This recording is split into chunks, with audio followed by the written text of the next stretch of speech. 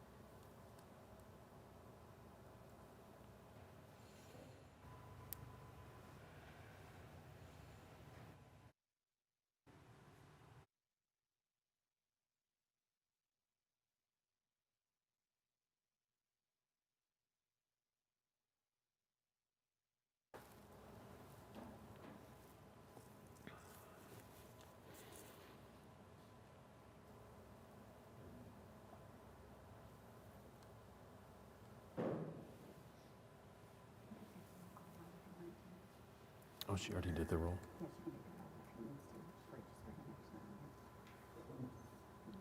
Oh, that looks like he's typing it in right now.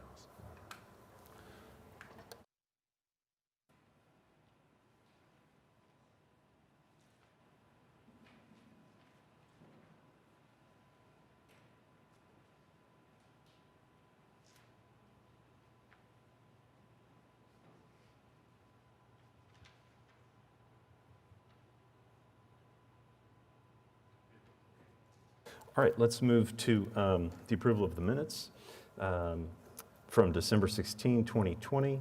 Are there any corrections to the minutes?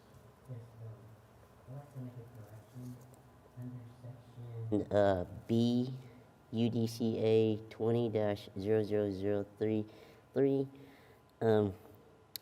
Under that motion, there's like absent Holmes, Miller, and Nguyen. I believe I said A to that, and I think Commissioner Varnum was not present for that. It's like a typo, I think. So you want to show Commissioner Varnum present for that item? I think under the absence, it has Varnum as absent, but then under the vote, it has me as absent. Let me ask the clerk, did you get that correction? Did you get that correction? Yep, it's on 20-00033, 718 North Lee Avenue. I motioned, and then under the A's and nays and absent, it showed me absent.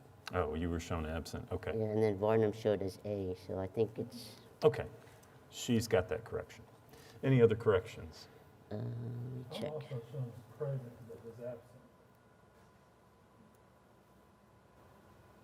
Yeah, that's correct. Okay, other corrections?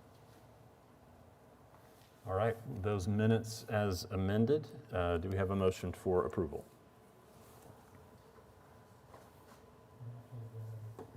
Corrected minutes.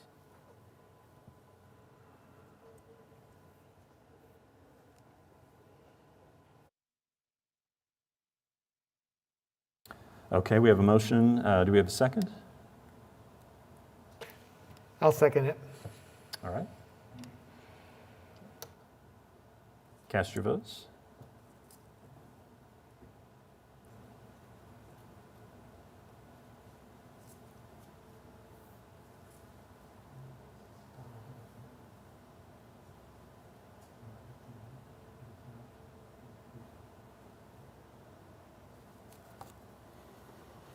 Okay, as amended, those minutes pass.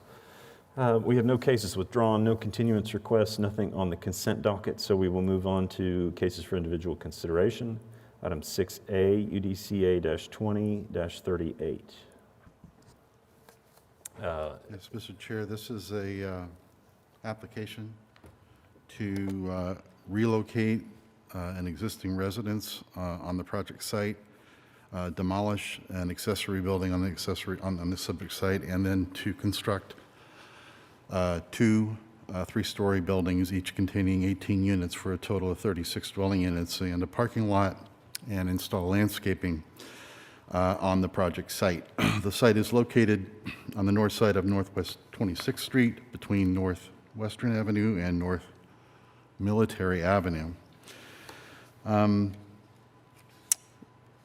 Even though the project doesn't propose the demolition of the residence, we have viewed it and assessed it for you in our staff report as if it were being demolished, because in essence, the relocation is still the loss of that architectural resource to this neighborhood. And we provided you an assessment of that loss in the staff report. In summary, we believe that the loss could be significant to the neighborhood, and therefore we were not supporting the requested relocation of the residents. Secondarily, in reviewing the proposed replacement project, we have identified for you in our staff report some concerns regarding the mass and bulk of the structure and how it may not be compatible with the existing building stock in the vicinity in terms of height, size, and general appearance. We've acknowledged in the report that the SPUD that was approved to allow this project does allow the higher density and the 3 stories height limit to accommodate that density. However, building a 3-story building does not necessarily mean that it can't be tweaked in the design process to be better integrated and assimilated into the neighborhood. And we've identified that as a concern for the commission. There are 5 bulleted items in the staff report we've discussed that could be used to help blend the building a little bit better into the neighborhood. Those include stepping back the front facade of the building at the front setback so that the full force of the entire 3-story building height is not felt or viewed at the street. Using different building materials and/or colors on the building to help visually break up the mass and the bulk of the structures. Considering design elements to minimize the verticality of the design and be more responsive to the strong horizontal elements of the surrounding built environment. Incorporating street-friendly design features at the first level, such as covered porches or more prominent entrance features that mimic similar features on the other residential buildings on the same side of the street. And the 5th one is considering window placement, positioning, sizing, and design orientation of window openings that would be more consistent with the existing architectural styles that are prominent in the existing building stock in the vicinity. We discussed these concerns with the applicant, and the applicant has indicated that they did attempt to do some of these things, but they felt that overall that was a detriment to their design proposal, and they felt that they wanted to keep it pretty much as is from the time that we brought these issues up to them. The applicant also indicates that they feel like the full effects of the proposed landscape plan are not evident in the drawings you have before you. And they also indicated that it's appropriate for the design as it is today, before you today, is appropriate for the area given the comprehensive plan guidelines for the area and the urban opportunities directly adjacent to and near vicinity of the project that may ultimately transform the existing character of the area. While we agree that this area could be in a transformation stage, the fact remains that the urban design guidelines and the comprehensive plan itself do talk about infill development being compatible with the existing building stock. So the controlling factor should be the existing neighborhood rather than the new project, is kind of what we're getting at here. So because we feel strongly about these concerns about compatibility with the existing building stock as outlined in the guidelines for the urban design district, we feel it's important for the commission to give the applicant an opportunity to consider these changes and try to modify their application to address these concerns. For that reason, we've recommended a continuance of this project to the March 24th, 2021 meeting. And the reason we did not continue to February is because in order to make the February meeting, their new designs would have to be in our hands by next Tuesday. And we don't feel that's enough time for them to respond to that. So that completes our presentation for you today on this item, and we're prepared to respond to any questions the commission may have. Any questions for staff? Is the applicant present? Please sign in and give us your name and address for the record.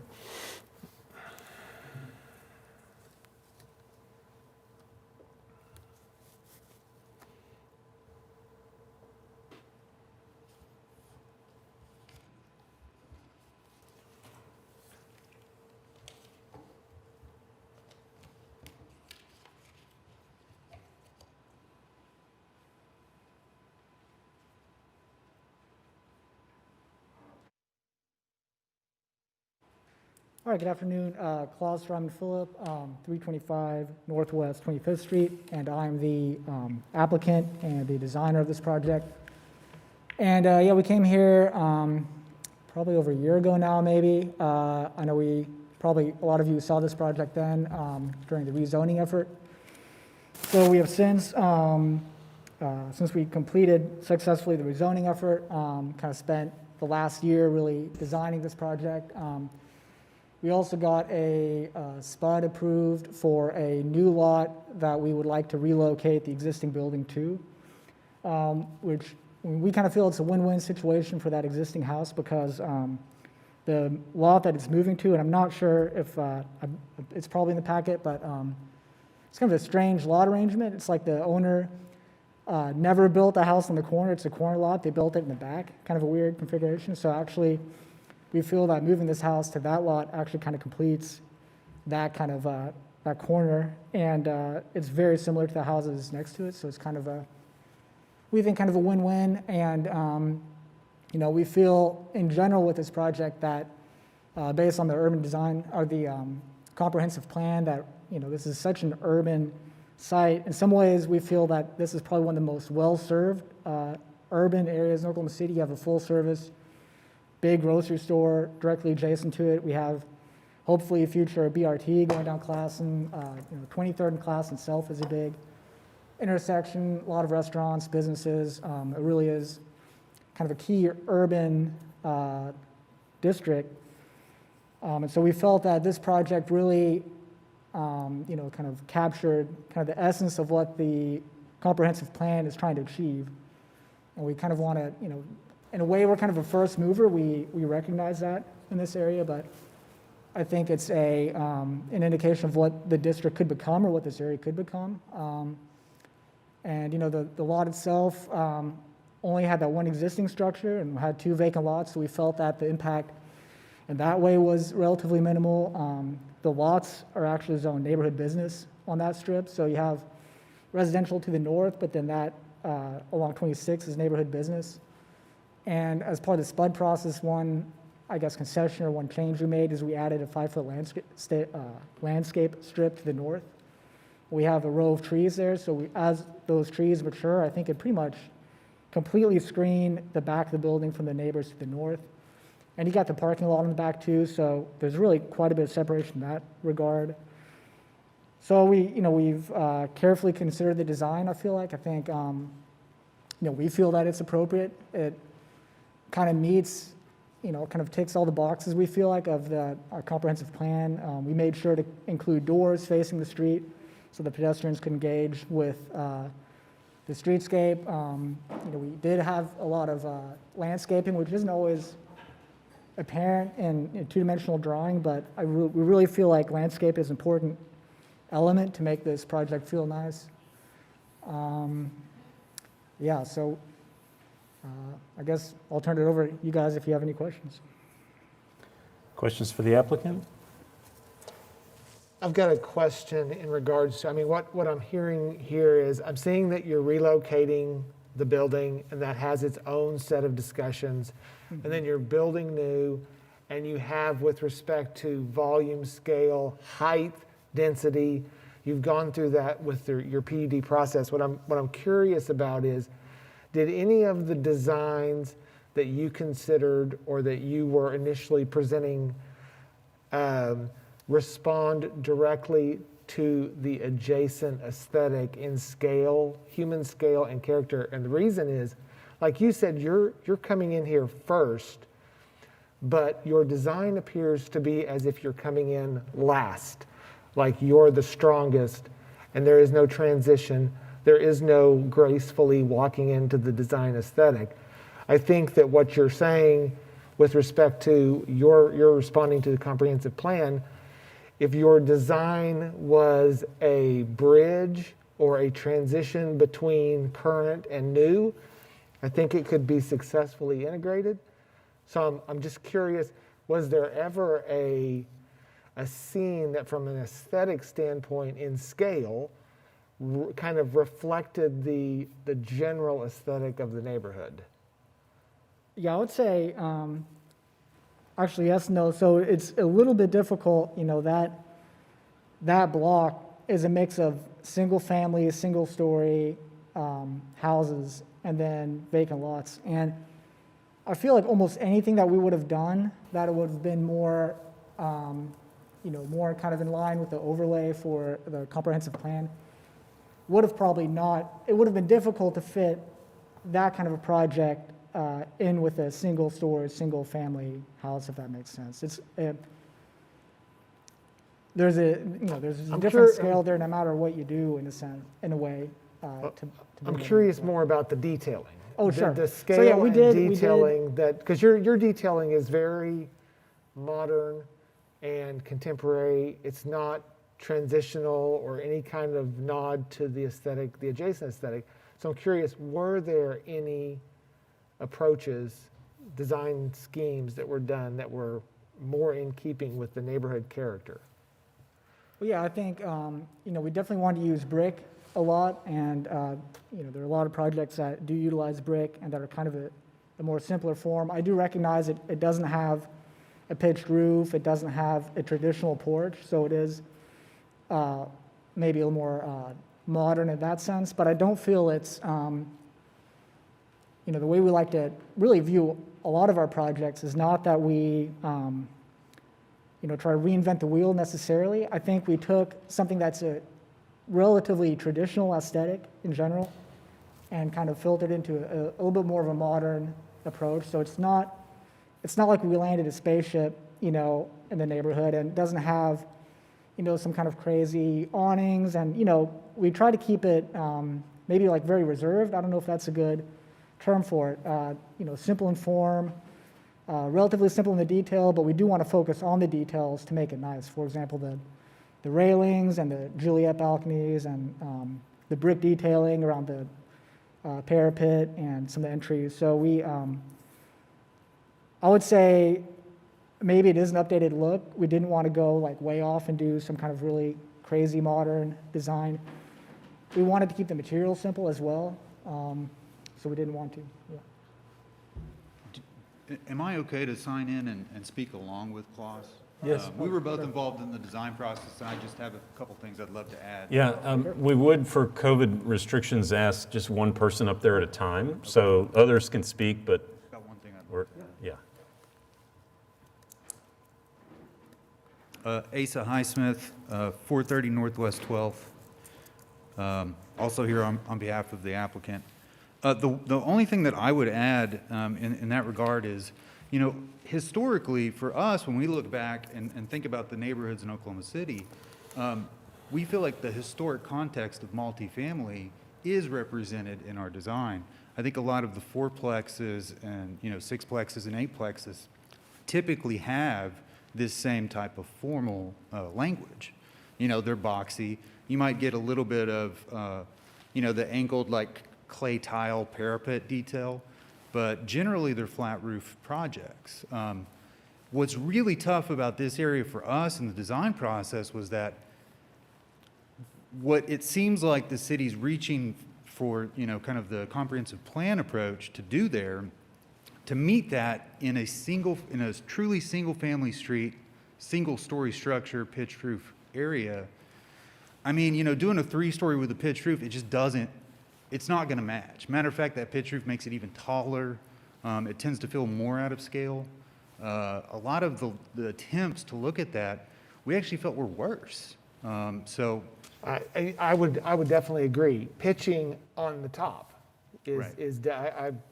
you're correct on that. we also attempted a 2.5 version where we had a 2-story and pitched up from there and tried to get, you know, within that pitch area, like an additional half. But to us, it didn't seem to, at that point, meet the intent of the comp plan, which seems to really press for, in our opinion, density here. I mean, again, I don't want to repeat, but I mean, we've got essentially a 6-lane highway a block away. We've got a grocery store, a pharmacy, a park. I mean, it's about as urban as you can get, and this doesn't seem to be, at least in our opinion, you know, a far stretch to go to say, you know, it's essentially missing middle housing, really. I mean, it's not even like, you know, it's not the edge.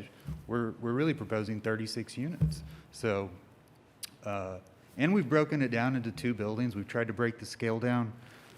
We really felt like the facade read almost as more like a brownstone approach, which was the point in orienting, you know, those first floor unit doors straight to the street. I mean, a lot of thought was put into trying to make this feel smaller, but we just don't know how to, you know, I mean, the only other option would, I feel like, to like really meet kind of what we're being asked to do here is really like, you know, matching something that no longer matches the intent of the city's plan for the area. Part of the trouble, right, with a lot of our interior neighborhoods is after, you know, we had kind of, you know, white flight out to suburban areas, all of these areas saw disinvestment or just like, you know, no future investment. So are we skipping ahead? Yeah, but it's because there was this entire period where we feel like, you know, redevelopment and investment in this area that would have made it more likely, you know, to match what we're trying to do today never got to occur because, you know, of this period of time that's essentially an anomaly. So it's hard for us to, you know, I think do something that feels appropriate here for right now, for our context, that's going to match a single family home. I think That's that- the struggle, I guess. I think that I mean, I am really with you on the struggle because I think your design, and I'm stepping out and saying what I think, maybe before I should. I think your design is elegant. I really enjoy looking at the way it sits. And then whenever I step back and see it in context, like what you were saying about, is it purposefully, does it feel? You know, that was you said the word, does it feel right? And to me, your design on a postage stamp where it's isolated by itself feels really good. And when you step back in its context, it feels like it's not aligning with the Sure. So do I think it needs to be a mirror of single-family residence? No, I don't, and I don't think that's appropriate. I think that's a disservice to the city and the client and to you and to everybody else. I do think, or I would love to see a bridge between scale and character that maybe is using the same typology and the same formal geometries that you're using, but it's creating shadow line and texture, whereas right now you're kind of monolithic. There's a lot of very coplanar surfaces that are very simple. And like I said, put this in another spot and you're sailing through on the consent docket. On this one, it's a discussion because it just feels, and you're in the bad spot of being the first. You're in the great spot of being the first because you'll be the catalyst. You know, you'll do one and it'll feel good. The next one will be a little more progressive and it'll still feel good. And ultimately it all infills because the success of yours, like you said, you put 72 units here and it's successful and it's not the last one. There'll be another one. Yep. There'll be more. Things will really start and mass density creates a certain momentum. And before you know it, you have a district. And what I'm hoping to see is that district always appears like it was intended to be there. And right now, it feels like maybe there's a missing link. Well, I guess the one other thing then I would kind of add in response is, I don't know if you guys tend to see protests here. I'm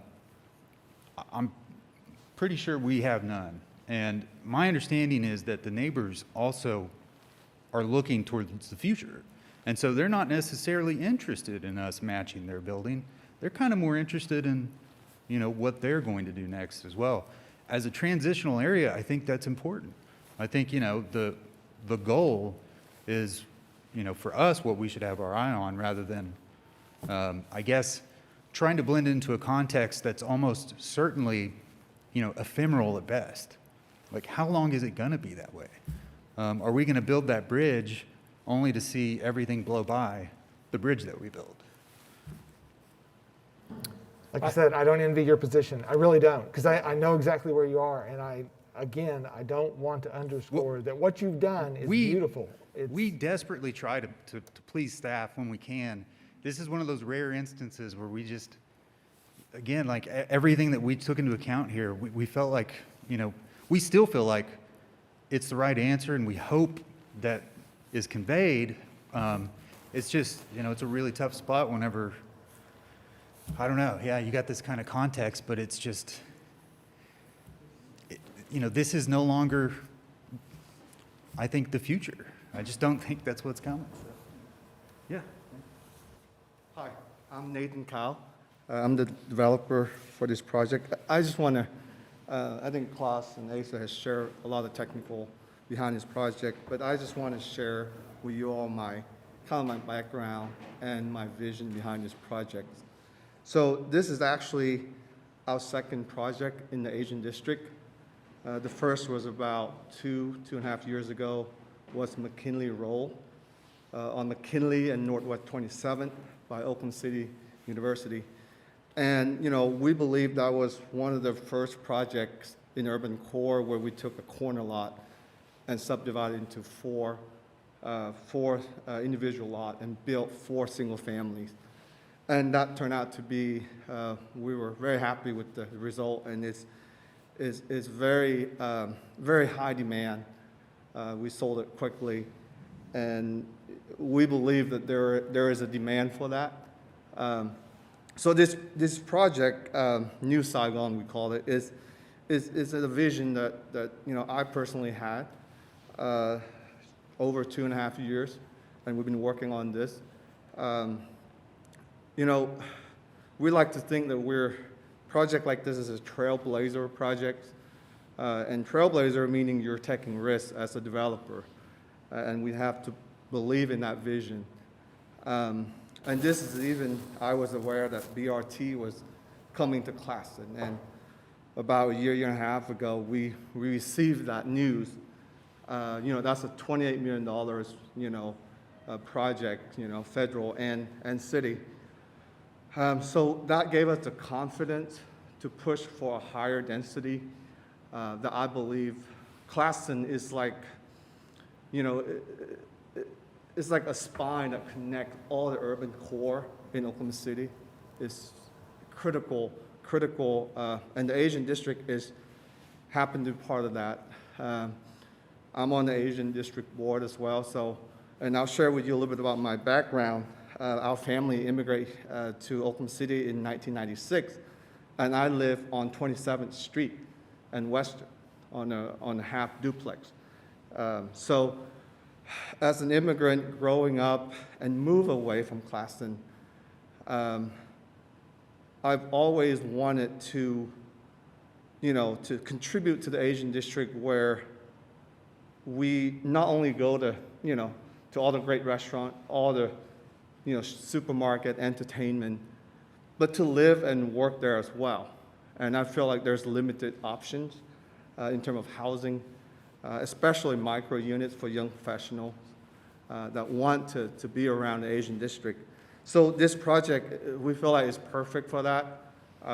We take a risk on the parking ratio, and that's the developer development risk. But we feel like we should not penalize, our tenants for not having a car. We should reward them. And BRT is just that.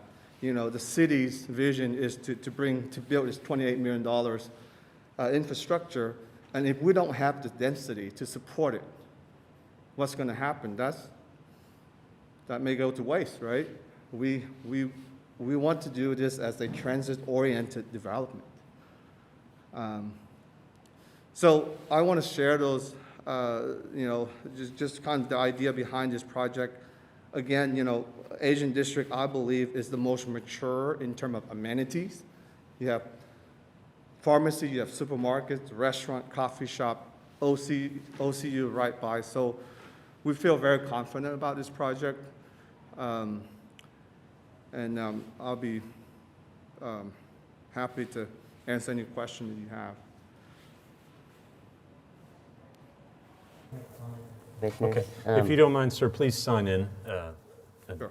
Go ahead. Commissioners, I also serve as chair of the Asian District Cultural Association, so I just wanted to make sure that you guys are aware on a vote today and any further projects in the Asian District, I will remain unbiased, and I believe that I can make an unbiased decision on this vote. But I feel that the aesthetics of the Asian District urban design has been established, and to review that, I think that it has been established like over 20-something years ago. It's like established in the 90s or the 80s when the first geo bond for the medians occurred, and it seems like I just mentioned to Katie earlier that it may be some time that the Asian District Cultural Association review some of those urban design overlays to review that. And so I know that there's some things that may be outdated, and I feel like this could be a great opportunity for further discussions and developments down the road with the Asian District. And I feel like, even though it's a hard decision, I feel that moving forward, some of the urbanism that's occurring in the area, just like Nathan had mentioned earlier, with the BRT moving along, I feel like it's like about a time where the Asian District could potentially review those plans and maybe more establish like the guidelines and the things for an overlay district with the Planning Commission's approval. So I'd like to see what your thoughts are on that too. I had a question for staff, and maybe Katie can address this, or Michael. It was mentioned that the new comprehensive plan encompasses a building of this type in this area. So is the overlay sort of lagging behind the plan, and the goal is now we have the comprehensive plan, we're going to go back and look at all the overlays, or can you speak a little bit to that process? So the comprehensive plan was adopted in 2015. We are in the early stages of an update to the entire planning and zoning code that will look at many different aspects of our zoning and where that zoning either isn't consistent with what the comprehensive plan laid out, or where we can do a better job of, implementing zoning that gets us where we want to go with the comprehensive plan.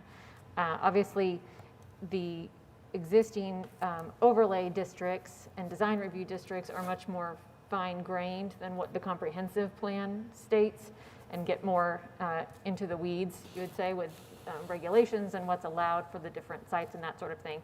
So I think each of these areas will be evaluated as that zoning code update goes along. But I wouldn't say that these are now automatically outdated by any means, simply because the comprehensive plan has come along. And I had just one more for one of the applicants to address. The staff report mentions that there's an update maybe, or landscaping plans that don't quite show the full extent of the landscaping, and that might help with the transition. Could you speak to that? No, I think it should. I think the plan should. Maybe I was talking about the rendering or something. The rendering, yes. Sometimes there's a disconnect between, no, so basically I guess from a landscape standpoint, as I mentioned earlier, we have a 5-foot landscape strip to the north that kind of helps with that. We have to maintain a 5-foot strip in between the neighbors and anyway with the fire code, but that was, I think, designated as a landscape. I need to review that again as a landscape strip as well. But really, the whole site design really wanted to focus on how the buildings direct or address the street and each other. So by having that central drive and the sidewalks and the row of trees, and we really added a lot of trees throughout the project, kind of making that that area between the buildings almost feel like a kind of an urban street, if that makes sense. And then in the front of the building as well, if you see an elevation without the landscaping, maybe this is what staff was referring to, but it can look a little bit stark maybe. I mean, we have some brick detailing and some railings and things like that, some awnings. But really the landscaping is what's really gonna make it feel grounded and really add a lot of detail. I mean, we kind of joke about it in the office sometimes, like you could have a crappy building, and if you do some great landscaping around it, it's a cool project, I mean, so landscaping will, I think, fill in some of those gaps maybe that appear when you're looking at just like a stark facade of the building. I guess one other, just real quick, I want to touch on one other thing. Speaking about the current versus the proposed and the direction of the district and those kind of things. I understand the idea of kind of stair stepping, but if the vision and the comprehensive plan kind of paint a picture for what the district could be, you also kind of end up in this weird situation where we take the half step, and then everyone else on the the row ends up doing the full step, and then we're out of place in a sense, if that makes sense. So I kind of feel I understand the concern, and I see where you're coming from with that, but I feel in this case it's appropriate to kind of take that full step. And I guess it's not. Another thing to consider too is, the height is still less than what is allowed for a single-family residence. We're at 33 feet 4 inches, I think. So even though it is a little bit of a larger massing, it's still we're careful to keep it below a certain height. I think the only change we made in the zoning code really for that is to allow for 3 full stories instead of 3.5. So I feel like, especially based on our rezoning application, when we had that approved, we felt that this direction that we were pursuing was in line with kind of the expectations that we had set with that previous rezoning effort, if that makes sense. Can I ask a question about the height that you just mentioned in terms of how it relates to the existing uses? What's the height in comparison to, the largest neighbor across the street, the Super Cal Wind Market or Center? How does it relate to, Oh, what is the height of Super Cal versus? Yeah. That is, I'm not 100% sure. I know Super Cal kind of sits on a hill, like if you're at a street level, it kind of ramps up, and then you've got Super Cal. I'm not sure exactly what the height is of Super Cal. I mean, I'm almost certain that we're below the height of Super Cal. A, because we're kind of at the bottom of that hill. okay, If you just took a line over, if you're taking a measurement from grade to grade, I honestly couldn't tell you. I mean, I don't want to give you a Okay. false. that's fair. Yes. From my point of view, I would be looking at this much differently if you were proposing this same project 1 block north. I think it would be a lot more out of place as opposed to where you're doing it where, we keep talking about the single-family houses next to you, but also the entire other side of the street is a large shopping center. So to me, that's a big consideration in terms of how this fits into the existing environment. Yeah, I completely agree with you. I think if we were doing this on the block to the north on 27th Street, then I completely agree with you. I don't think this project would look the same. I mean, I think the fact that we have the supermarket directly to the south, the whole street has a different character, which is kind of acknowledged in the zoning too, because it is zoned neighborhood business. So that whole strip was always, I think, kind of seen as a little bit different from your typical, R-zoned neighborhood street. Because I totally agree. If you go to the north, you've got single-family house on the north, single-family house on the south, and if we put this in that spot, I agree. I mean, it'd be a whole different thing. But there's a certain urban character to the street already that I think is kind of referenced in our design. And like I said, we kind of took efforts to mitigate the impact to those houses to the north. So, like in the future, if this street ever got built out, say, the way we envision it, I think you maintain that kind of character to the north that you're kind of referencing, but you could have this kind of nice urban streetscape, urban character along the Super Cal, maybe all the way to Classen. We're tied into BRT and all that. So. Any other discussion? I think that I want to make sure that I state you don't need your landscaping. Your buildings stand on their own. Yes, the landscaping is always going to be an enhancement to any project, but your buildings stand on their own in their design and detailing. I take no exception to the height. I think the height is entirely appropriate. I think that the human scale at the pedestrian level is where the disconnect occurs. And I wouldn't even be, I don't want to try and devise a solution, but I think that there is one in which the scale at the pedestrian level can relate in a manner that it looks appropriate rather than going, because right now you are going single family flat, and not even brownstone. But I understand it's a very modern, contemporary brownstone. So I think that there's a solution that is here with a modest adjustment, but that is not for me to state. I want to defend your project. You don't need your landscaping. You've got the right detailing, except I feel just at the ground level, it seems a little bit stark. But I'll let anybody else comment as well. I wanted to chime in a little bit. When you started talking about the bridge to the smaller residential units, I agree with you 100%, but I actually see this as a bridge from the supermarket to those houses. And Matt's comments were dead on. If this was a few blocks to the north, it would be completely out of scale. But when I look at that supermarket, and maybe the sins of the supermarket are influencing my comments, but that supermarket is fairly daunting.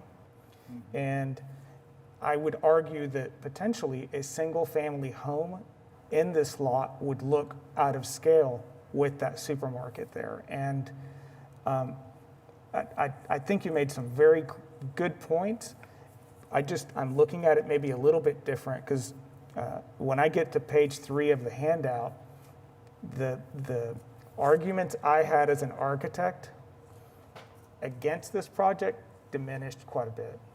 Now, I understand, and I'm for the scale, the height.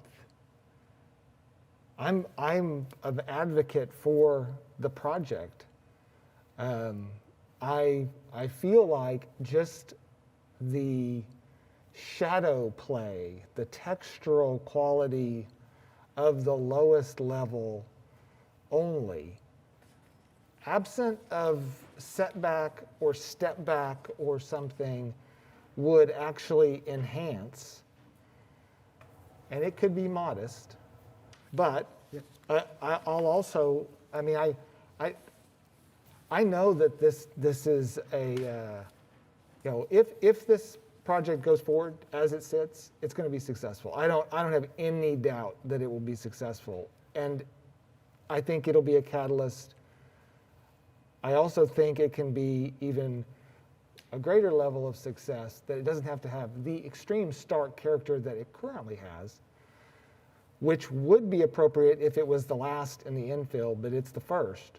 So I'm not looking at reducing numbers of units, and in fact, I wouldn't want to reduce a single number of units. I wouldn't want to reduce scale or function, but I do think that there's something there. Now, I can be voted, I mean, this is not, there's a lot of discussion that this could go this way. Go ahead, Asa. I wish that we could bring our model and like spin around it for everybody, you know, bring the SketchUp in here someday, because especially on this project, I think if you start to, you know, really dive into those elevations, you'll see that there's a lot of play. You know, our rendering's probably not doing us enough justice here in terms of the detailing, because we do, I mean, we're absolutely replicating a lot of brick detailing that we've identified from a lot of historic, you know, projects. Soldier coursing, different kinds of running bonds, like both a vertical and a horizontal running bond. We've got, we do have the awnings over the door, and we've got specific light fixtures that try to help break down that scale. I mean, that's why we did add the porches on the front, but there's I feel like, especially for a project of this type, a significant amount of push and pull. A lot of that does happen kind of on that interior, you know, path, but to me, it's more than you'll see on most projects like this, because I mean, you guys know as architects, every one of those pushes and pulls adds dollars.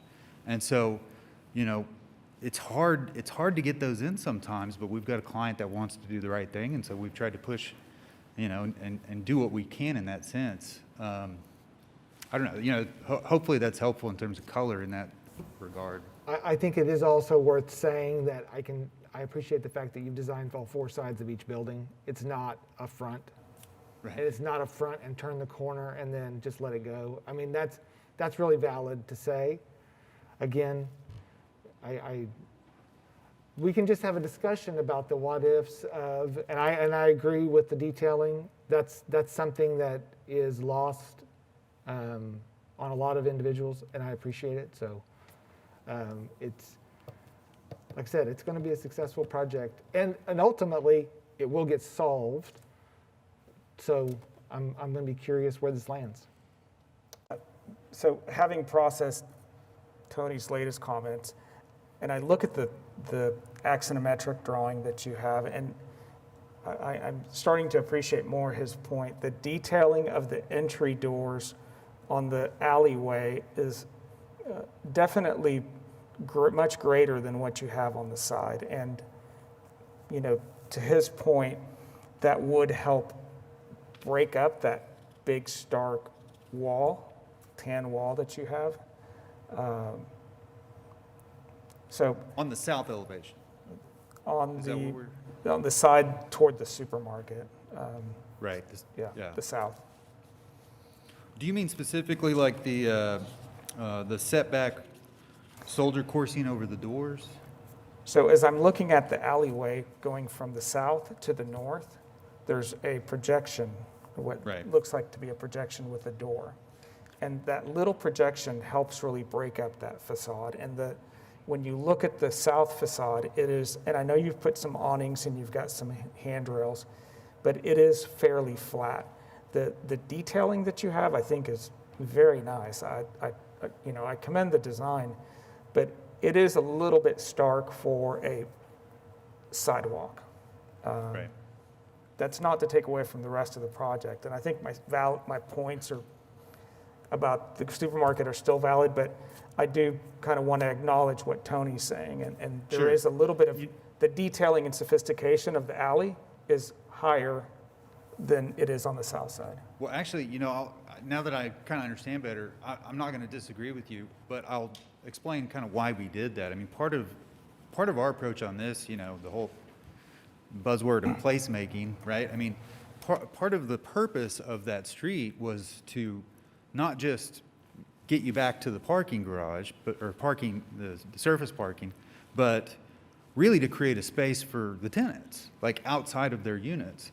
And so we did put a lot of effort into that, but it was more of like how do you create an outdoor space? How do you define that? How do you make it feel good and make people actually want to spend any time there? Because most of these types of developments, there's token, kind of nods to it, but it's never successful. So we put a significant more amount of energy to that. It was meant to be a balance between that south facade and those, to kind of, I guess spread out our good in a way that kind of hopefully reach a success on both. So I don't know if that's, helps with how you want to approach the project on this, but hopefully that at least explains, our thinking in the design approach.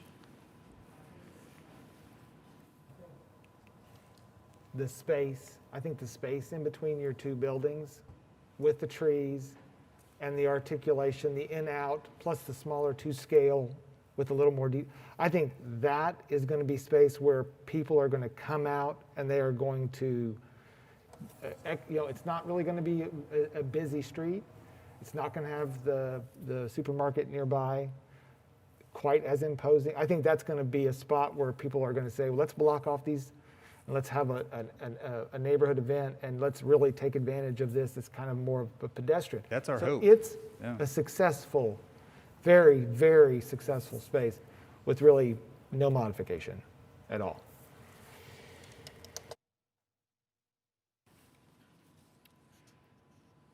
Well, commissioners, any other discussion?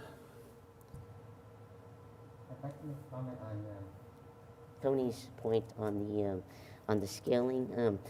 If you look on the diagram, there is like another two-story, one single apartment unit down the street from 26th Street, not too far down from that. So I feel like the aesthetics in this area, even though this one is at a 3-story, I feel like it, as far as scale and as far as our worry about the supermarket being to scale, there is another, I wanted to point all the commissioners to that 2-story apartment unit down the street. I think it's on, if you look on one of the diagrams, it's down the street a little bit of ways. Where's that one with the guy running? You can see a picture of the 2-story single family. I think it's like an 18-unit apartment complex on the same street, the west side of that. So I mean, I feel like if that was a concern, I feel like it probably meets our scaling question.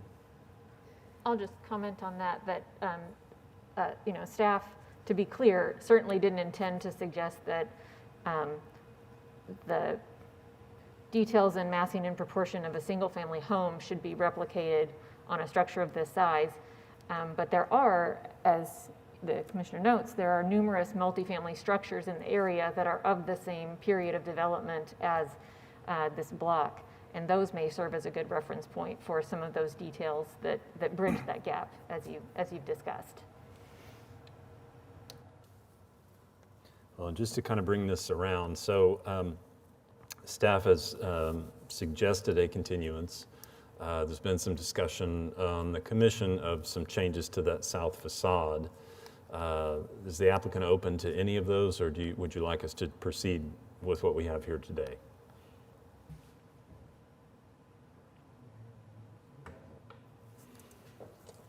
Could staff go ahead and let us know what would a continuance mean in the event that there was a desire for a continuance? What does that, you said it's 2 months just because? I'm sorry, I didn't quite understand your question. So if it was continued Uh-huh. and the desire was to be on February, Uh-huh. the deadline would be next week. Yeah, we need the plans by Tuesday. Okay, so if we're talking, I mean, if we're talking about modest yeah, we could probably, adjustments. couple of days, Okay. maybe.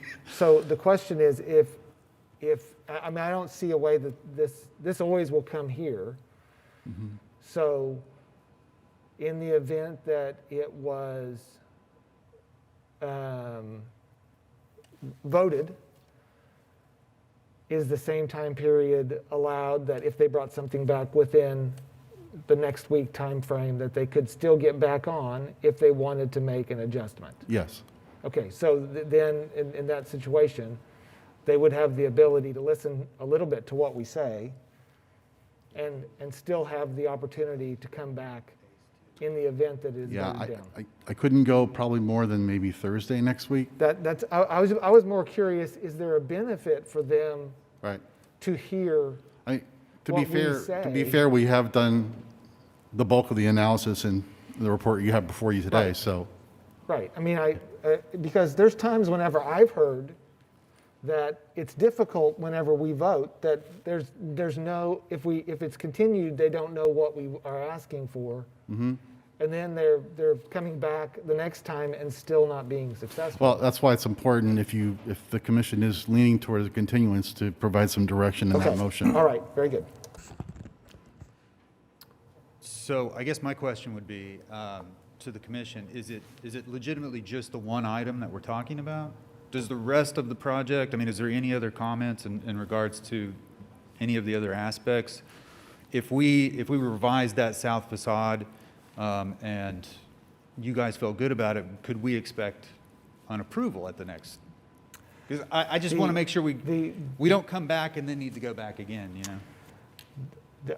I would really like to hear everybody else, but for me, it is the ground floor of the south facade, and it is just the detailing associated with that portion, for me, and that's maybe in contrast to staff's recommendation, but the height, the mass, the density, the number of units, the rest of it, I think I would be voting in favor of. I would be commenting on the ground floor of the south facade. Let me ask this as well, and I mean, maybe this is an unfair question. Is the detailing on that south facade a deal breaker? I mean, is that, in terms of the project for you, like a full-on deal breaker?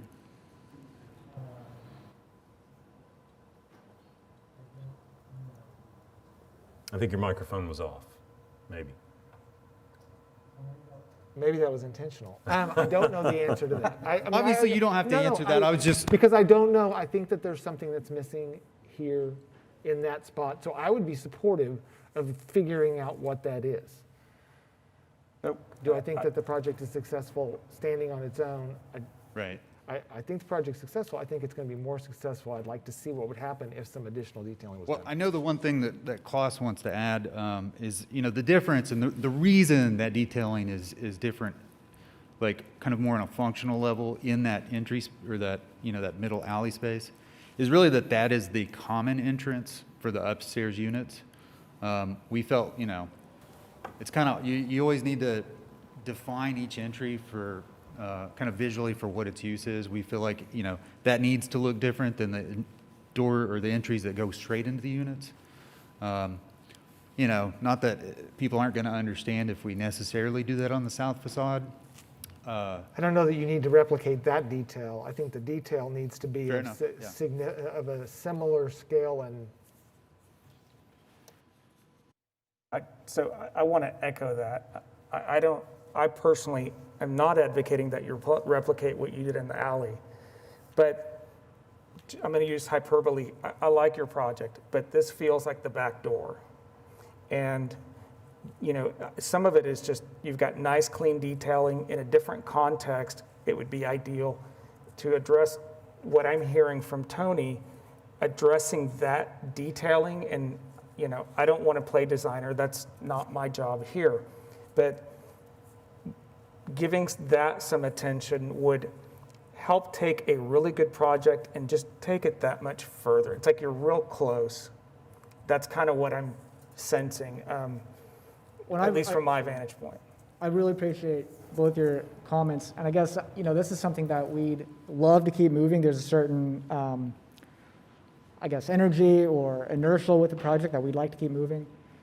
And I think we kind of touched on it a little bit ago, but if the main point of contention is those south entries, I think there's different ways that we could address that architecturally to make those feel a little more significant than what they do now, whether that's stepping them in a little bit and maybe adding a little bit of what, giving them a little bit more shadow, or, there's some different detailing, that I think we could do to make those more prominent. Do you guys feel, and this is really maybe a question for staff, and I think we kind of touched on it a little bit ago, if the other elements of this project are generally acceptable, is that something that staff could review if there's any question that it doesn't meet kind of the, the character or the kind of charge of what we're talking about? They could send it back to committee, but is there any way that we could have a conditional approval for those entries, and then it is a question for staff, because what you're basically saying is, could we approve all with the exception of, with the contingent upon staff doing an administrative approval for an element, but that entire process might be out of staff recommendation. And if it is outside of staff recommendation, so this is a question for staff. right? I'm not suppose So you're asking for an approval with a condition that the front entries be reworked? Yeah, basically that the front entries would And be. the review of that front, the changes to that front entry would be to staff and not to the commission? That is a question, yeah. I mean, I think the changes could be, it's not like a wholesale change to the building, it would be to those entries. And I mean, if you guys don't feel comfortable with that, I understand, but that might be a way for us to keep moving with the project. If you had any concern that was not an option, if you had any concern that it didn't meet the intent, then you could send it back to commission, we could review it again. But if you don't feel comfortable, I just, Yeah, I think, we've raised some big picture issues on the compatibility of the project. The commission has identified and zeroed in on some very specific issues that they have concerns about. And I really would feel more comfortable if they would be the ones to make give that change the blessing and come back at the February meeting. I agree. I think the comments that have been made are a little more subjective than what I feel comfortable delegating to staff to review. It's a lot about some pretty, getting the feel right, getting the look right. It's not a make this window bigger and make that window smaller kind of thing. I do think that staff's only real objection to the demolition was based on the proposed new construction. So if there's a high level of comfort with the new construction coming back and likely getting approved, perhaps that's something the commission would be comfortable moving forward with, and at least that's one thing that you could that's a separate approval, right? check off. Yeah, that's a separate approval, Yeah, right? they could approve the demolition and continue the new construction based on how the commission feels about that piece of the project.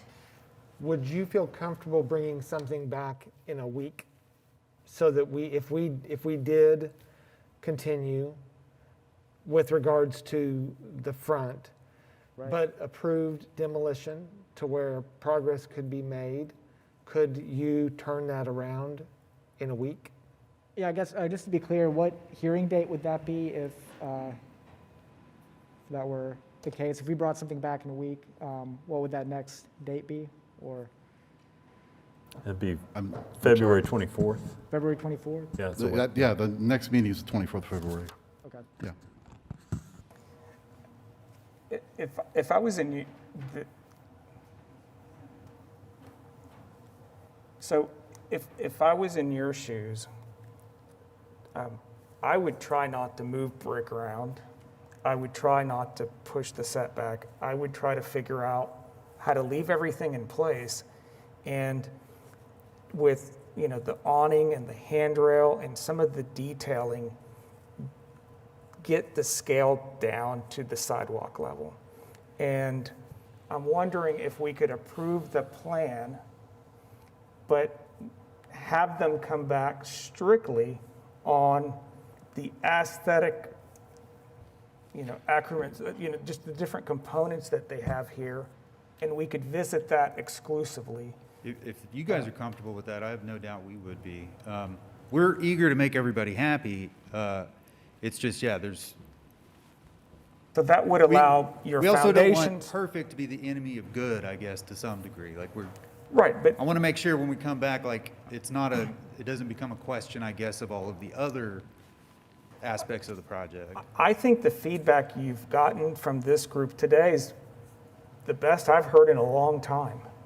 I think we have honed in on one elevation and really one element that's duplicated. So I think you've gotten a lot of feedback, and it would, you guys do great work. I think I would like to see what you come back in response to this, but I wouldn't, if I was in your shoes, just maybe I'm lazy, but I wouldn't want to touch that brick. I wouldn't want to move the footings.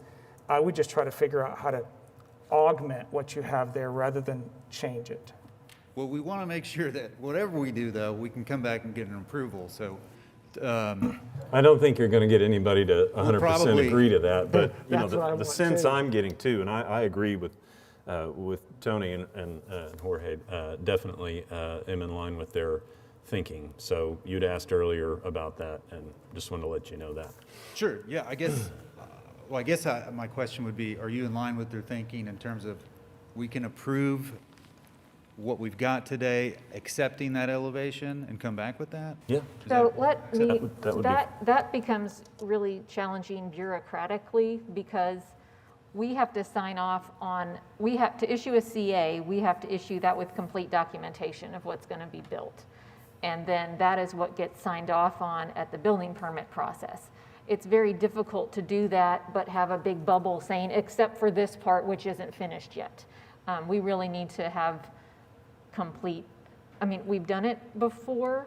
Other bodies have attempted to do it before, but what ends up happening 99% of the time is that we don't issue the CA until everything's through the process anyway, because you're cutting and pasting parts of a building.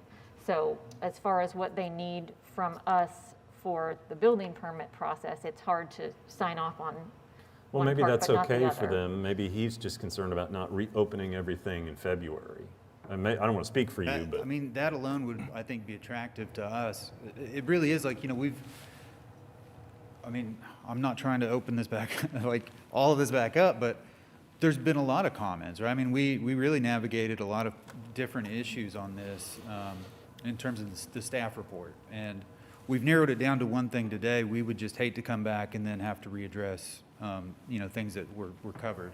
And obviously, I'm sure you guys are going to remember this meeting. I just, Well, you know how it is from this we, side. We could craft the motion accordingly to say, not with respect to a CA, but with respect to just kind of a narrative, a historical narrative of what occurred, is that the elements in question are these, and the balance of the project was received with an indication that there no additional changes needed to be made or something. Mm-hmm. Whatever you guys feel is appropriate, we just, I hope it, understandable, I guess, the viewpoint that we're coming from in that regard. Just trying to have it all cleared for our next swing at the bat up here. Yeah, no, I get that, and we don't want to do that either. It's not fair. Maybe we could take a shot at a motion. Maybe somebody would like to, if there's no further discussion. Before we do a motion, Yes. I've got a quick question, Okay. maybe for council, like, we have commissioners that are not here. I know I support the idea of putting forth a motion that limits the scope of our review when they come back to just these specific items, but can we hold the other commissioners to that same limited scope? Well, right, I think if they're not here and you go ahead and vote, then that's going to be the vote, and they would be subject to, only Yeah. dealing with that one issue. You couldn't you couldn't open, I mean, I guess you could rescind or something like that, but, That's pretty your rare. prior, decision, but that's how I would see it. I've got one more question. If they were replacing the awning, would they have to come before this group? No. So could we approve the project without the handrail and the awning and have them come back with a different approach? So the building itself is approved, it's the elements that are attached to it that we would be reviewing when they came back. I think you could approve the construction, and Michael may scold me after I say this. I think you could approve it with the condition that revisions to the south facade, as discussed in the meeting, return to the commission for further review prior to issuance of the CA. That way, it is approved.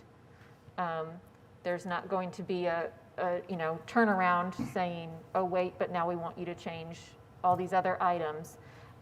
But they're going to come back for a final sign-off by the commission on that south facade. Yeah, what Katie said is the biggest concern that we have. Approving it today with the condition they come back for the missing piece, as it were, doesn't do them any good because we can't stamp the CA approved because we don't have that plan in front of us to include in the stamp set.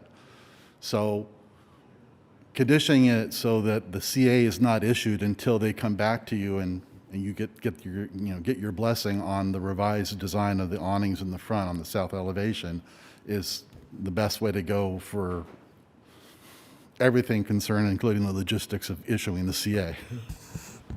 I think, from my client's point of view, right, it's a risk question, really. It's like having some confidence that we can get an approval if we come back to the general framework of the project, so that, his financing is in order and everything looks good otherwise on the project, and we'll come in and deal with the aesthetic questions happily. We just want to make sure, if we can, that we can at least check that box for him. And then we'll legitimately happy to come back and make this group happy, to any degree. It's just kind of having some understanding, I suppose. I'm going to take a shot at crafting a motion. And this motion is going to be challenging because we don't have a template like we normally do that says in compliance with. So I'm going to make a recommendation that we approve the application based on the fact that it meets the requirements of our guidelines, with the exception that the applicant will bring back to the commission a revised south elevation of the 2 units for review and approval. And that review and approval will be, and that the CA will be given subject to that approval. Any discussion on that motion? Did I cover all of the bases legally?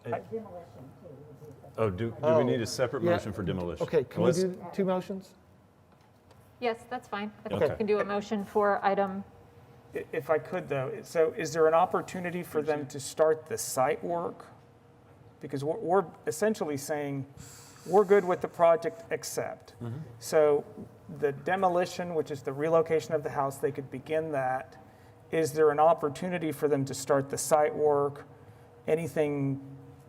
Now, they're going at risk, but It's an eighth floor, well, it's an I'm not eighth- sure that's an issue for us. It's an eighth floor question. Again, I think mostly it's a confidence in just moving forward with continuing even this. If, based on the motion I heard, I think, I don't know, I think that was enough information for Oh, us. that's- I okay. don't mean to That's like great. confuse the issue for you. no, guys. I just wanted to make sure I understood. That's great. Okay. Okay. Any other questions on that motion? Do we have a second? I'll second it.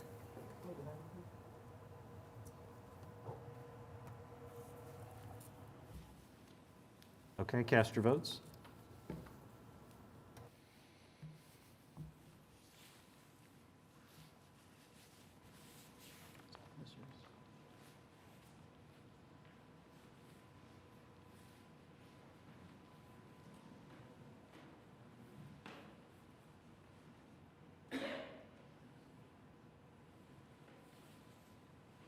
Okay, that motion passed, and now can we have a second motion on demolition? Yeah, I'll make a motion that we approve the relocation or demolition.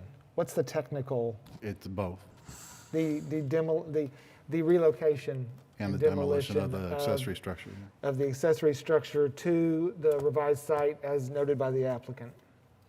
Any discussion? Do we have a second?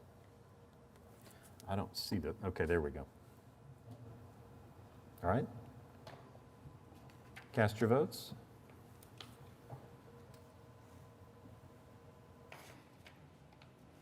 All right, that also passed. Thank you for your patience with us, and we'll see you in February. Yeah, I appreciate it. I just want to say, yeah, design can be subjective, and I know these commissions are tough. I speak from personal experience from the Historic Preservation Commission, so I appreciate your time and past experience with these. It can take a project from, being a good project to a really great project. So I do appreciate your comments and look forward to coming back. Thank you. We appreciate you. All right, item 6B, UDCA 20-39, 2508 North Douglas Avenue. I'll have staff give an overview. Thank you, Mr. Chair. This is a proposed application for the renovation of an existing two-story duplex and the construction of a three-unit multifamily building to the south of that building. And it is located at the northeast corner of North Douglas Avenue and Northwest 24th Street. We've provided you some detail on the application. I did want to hit on the point about the parking that we've raised in the staff report on page 2 under other. This area and the MB district is exempt from providing off-street parking. So the version of the plan you see before you today really doesn't have the amount of required parking that would normally be required to have for a residential project. The applicant is pursuing possibility of purchasing land to the east of the site that would allow him to provide the parking that you would normally see associated with a residential project like this, but that's not been taken care of yet. And if and when that does happen, it will be back before you with a separate application to address the design of that structure or that parking lot if it's just a service lot. In the staff report regarding this particular project, we have no issues of any concern with respect to the renovation of the existing two-story duplex project. However, we have identified a couple of concerns with respect to the construction of the new three-unit building that's directly at the corner of the intersection. The first part is that there are elements of the structure, most notably on the west and south elevations, that encroach across the property line into the public right-of-way. These are structural, well, I don't know if they're structural elements, but they are part of the structure, part of the front facade of the building on both the south and the west. And we are unsure how a revocable permit for those elements of this structure would be received by the Public Works Department. We've asked the applicant to explore that with Public Works, but we haven't really got any response with respect to that reaction from Public Works at this point in time. So we're a little concerned about how and whether or not a revocable would be issued for those elements of the structure. Therefore, if there's any action or preference on the side of the commission to approve this project today rather than continue it per our recommendation, any such action to approve it should include a condition that requires a revocable permit, as we've noted at the top of page 4 in your staff report. The second issue is a little bit more substantial, a concern for us, and it's along the lines of what we discussed on the last project with regard to mass and bulk and proportionality to the existing building stock in the vicinity of the project. This one's a little bit more muddled, though, because while we focused on the size and scale of the existing duplex because it's part of the same project, there are, in fact, other buildings surrounding this property to the south, most notably, and partially to the north, that are substantially larger than the existing duplex. So if you're to focus on just the duplex that's on the site itself, it's part of the project, and you look at the elevation of those two buildings together as viewed from North Douglas Avenue, you'll notice that there's a fairly significant departure in scale and massing between the two structures, the existing building and the proposed one. However, as I mentioned, there are 3-story buildings to the south of this project, as well as some larger 2-story buildings to the north. So when you take in context all those buildings, then perhaps there's not such a big deal. But our tendency as planners, because you have one project that's supposed to be cohesive and coherent with each other, is to focus on the existing duplex, and that's what we did in the staff report. Did want to point out that the proposed structure is within the height limit, and it's been measured in height in compliance with the way that height is supposed to be measured per the definitions of building height in the zoning code. So we've identified that as a positive for the project. However, because it's in a transitional location, we're a little concerned that it's out of scale and proportion with some of the other existing buildings that are to both on-site and to the west of the project. So because of that concern, we're recommending a continuance to the March 24th meeting, and we're prepared to respond to any questions that the commission may have. Any questions for staff? Michael, can I ask you something about what you just said about measuring the height? I might not have understood what you said. How was the height measured? I'm looking at page 17 of 21 on the application.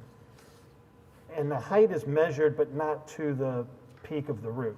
And that's the way that the code defines it. When you're measuring a gabled roof or a hip roof, it's to the midpoint of the slope. Okay. And they are, I think, about 4 feet below the maximum. It's 35 feet. In the NB district, I think they're around 31, so. Any other questions for staff? The applicant, would you like to come up, give us your name and address and sign in, please? Hi, everyone. Holly Hunt, 400 Northwest 23rd Street. I'm the architect on this project, working with Chuck Corey. We're super excited about this project. I will say it was my client's objective as well as mine as the designer to really try to create a modern building with modern amenities for modern living, but to do it in a sensitive way to the neighborhood. So we've tried to do such with material use as well as the hipped roof, which is, harkens back to the residential side of our property. But again, it is taller than the duplex, that's true. But I think it's important to realize we are still 4 feet under the building maximum. We've done so intentionally. These apartments, my client, he loves this area. He's very dedicated to it. He'll come up and speak later to that. But I think, it's his objective to really provide great housing, not only to students from Oklahoma City University, but to other people living in this area. So part of that is 10-foot ceilings. I mean, that's what people want to see. If you're going to be competitive in this market in real estate, 10-foot ceilings can really drive that up, as well as, the existing duplex didn't have walk-in closets either, but we've provided those in our new townhouses. So I'd be happy to talk with anything specific you guys have, anything you feel is incompatible specifically. Again, I just want to note that one thing about when we talk about mass, I did just want to point out that our building is not very deep east to west. We're just 35 feet deep. We're about just under 70 feet long in the north-south dimension. So even though we're a bit tall, and even the architecture supports that with the steep pitch roof, again, hearkening to the architecture of the area, it appears it has a vertical quality to it for sure. But that those, oh gosh, where was I? No, but it doesn't have this mass of, say, the church on the corner. So even though it is tall, it's not massive, is my point. So as a driver by walking by, you're not going to have this sense that you're just this massive building on the corner. I'm quite certain.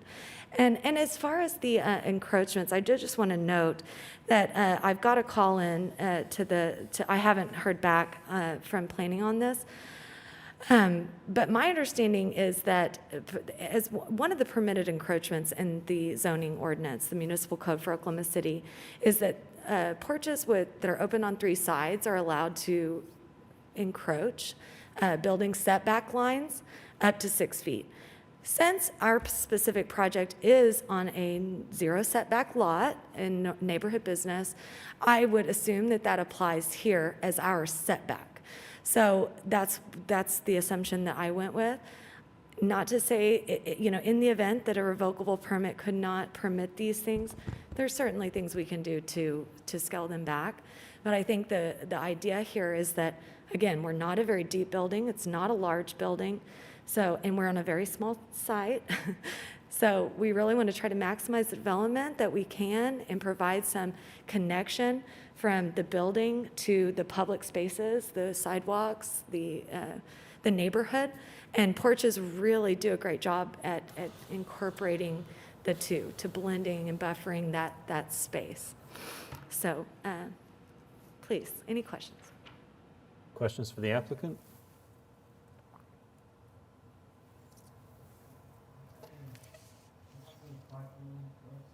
I didn't see that. Do you have any parking? I'm sorry. Parking, he's asking about parking. Oh, yes. So as Mike Philbrick mentioned, my client has been in contact and conversation with the church who owns the property to the east. I don't want to dwell on that because that is still a legal conversation that they're having in order to make that exchange. But it is my client's objective to provide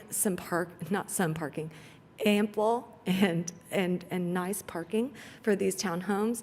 And the idea is that maybe in the future a parcel of land could be parceled out and sold where we can provide some covered parking along that east edge of the site. In fact, Mike and the UDC staff has seen a site plan where we originally laid out the required parking and angled parking along the east. And we planned to propose that until we discovered, hey, we're parking exempt. Maybe we should hold back on that portion so we can have a full and complete CA at the end. Knowing that we're parking exempt, get through on the buildings, knowing that these conversations are still being had as far as the purchase of the property to the east so that we can provide some parking. But again, we just don't want to focus on that. I also want it to be like there is on-street parking all along that corner. So there, traditionally this had a very little amount of parking. We definitely want to improve upon that. But as far as today's proposal, we really want to focus on the building, and we will certainly bring you guys back a site plan that shows all that proposed parking in the future. Very near future.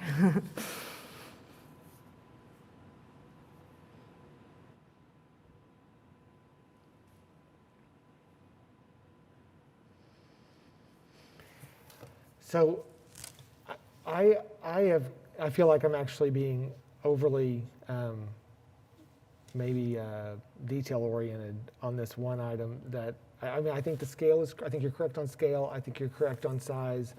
I think that, yes, although it does show really some deviation to scale with the adjacent on-site building, in context, it seems to work well in this area. I do feel like, and again, I don't know that this is necessarily something that is of any magnitude, but it seems to me like the amount of mass that you have above your openings, the amount of mass that you have, so the building seems a little top heavy, and that seems to be adding to the height. I understand what you're trying to get with respect to ceiling heights. I also understand you can navigate that a little depending on what you're trying to achieve on the inside. But from the scale of the building, it just seems like that particular element is maybe adding to what is causing it to seem And by taller in that scale. element, you mean the distance The between amount of the masonry. header and the eave? Yeah, the Well, I amount of will masonry mention- above the windows, the amount of masonry above the openings. While we are only 2 stories, I will mention, we have beefed up the floor or ceiling structure on that second level, specifically to hold some mechanical units in the attic space, as well as like water heaters, just, your average stuff. Again, we have so little room on the site. We're trying to get as much off of the ground as possible. So that was kind of our thinking. We've got some 14-inch TGIs up there. So that could be adding to some of that height that we're talking about. But I still, overall, our plate height is still only about 21.4. That's Yeah, the total height of the edge of the building. So, comparing the neighborhood, we have just so much taller buildings. And even though, yes, we have this steep pitch and it has this sense of really being tall, we're really putting a commercial building on a really tight site. So we're trying to take in everything into our space vertically that we can to maximize what little space we have. So that was kind of the purpose. We knew that attic space needed to have some strength to it in order to serve as that mechanical yard, if you will.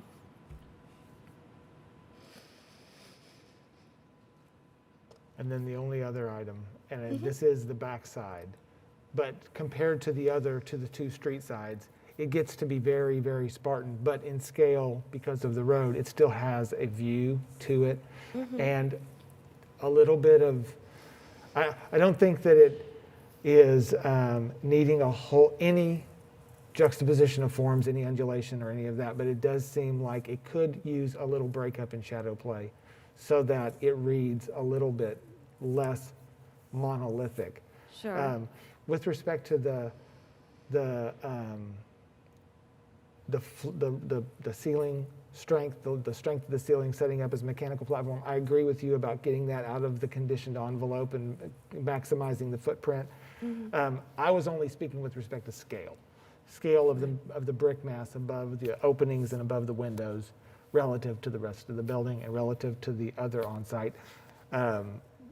That was my only comment. I see. I'm sorry. I misunderstood you. You're fine. So, Tony, I guess, what would your suggestion be as far as like, It's 'cause only we are taking some traditional elements and again, putting it on this multifamily commercial building. So, but I would love to hear some suggestion if you had one. It was only a vertical dimension. I mean, if you look on do you have an elevation that shows your smaller structure next to the larger? Right. And the smaller, the windows are tucked right up against the fascia boards, and there's almost none. And then when you get to your larger, there's a large difference. And I think that it seems a slight bit in proportion greater than maybe it needs to be in what's causing it to appear so tall. That's the Right, only I thing. see. You were just pointing that out. Yeah, just the point Well, of and the I will scale. say, this is something that I actually explained to my client too. This existing duplex built in the 1920s. Most commonly, lumber boards were cut at 8 foot, an inch and an eighth, and so primarily we see that ceiling height throughout construction of that time. And while there's nothing wrong with that, I think the reason we have these design committees is to, yes, we need to pay homage to the historical past of our city, but we also need to look to the future and what modern building applications mean for us and how they can make our lives better and make design more efficient. So all of those things taken into consideration, we have the ability now in 2021 to go a little taller, go a little bigger, and so we have here. But no, I hope that this existing duplex, which by the way, we are so lovingly restoring, thank goodness it hasn't been torn down yet. It's been in very bad disrepair for many, many decades and has sat vacant. My client incurring citations even during this short time he's owned it in preparation for the project and development. So we want to preserve that duplex. We've preserved it in the design of our new building, but we also don't want it to serve as some kind of benchmark for us to achieve. It is a 100-year-old building, so.